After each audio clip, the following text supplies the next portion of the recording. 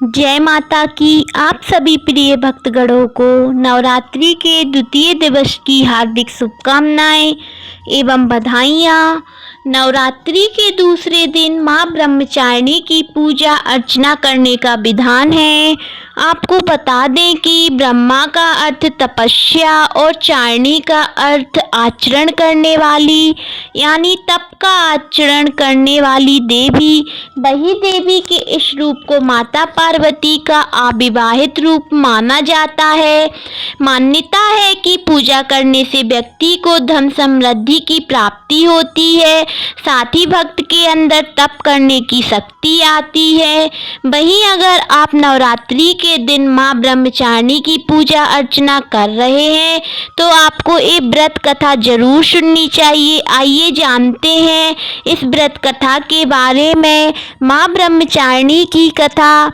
पूर्व जन्म में ब्रह्मचारिणी देवी ने पर्वतों के राजा हिमालय के घर पुत्री रूप में जन्म लिया था।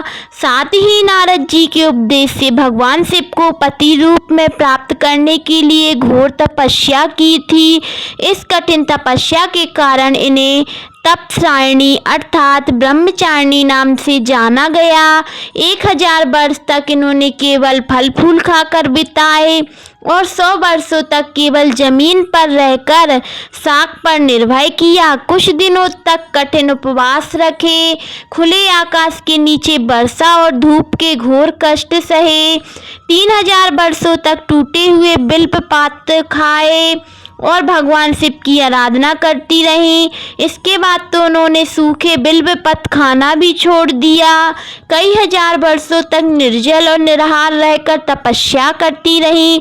पत्तों को खाना छोड़ देने के कारण ही इनका नाम अर्पण पड़ गया। कठिन तपस्या के कारण देवी का शरीर एकदम क्षीण हो गया। देवता, ऋषि, सिद्धगण, मुनि सभी ने ब्रह्मचारिणी की तपस्या को अभूतपूर्व पुण्यकृत बताया।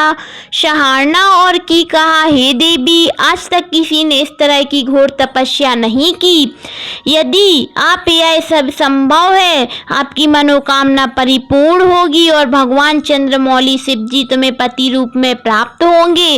अब तपस्या छोड़कर घर लौट जाओ, जल्द ही आपके पिता आपको लेने आ रहे हैं। माँ की कथा का सार यह है कि जीवन में कठिन संघर्षों में भी मन विचलित नहीं होना चाहिए। माँ ब्रह्मचारिणी देवी की कृपा से सर्व सिद्धि प्राप्त होती है।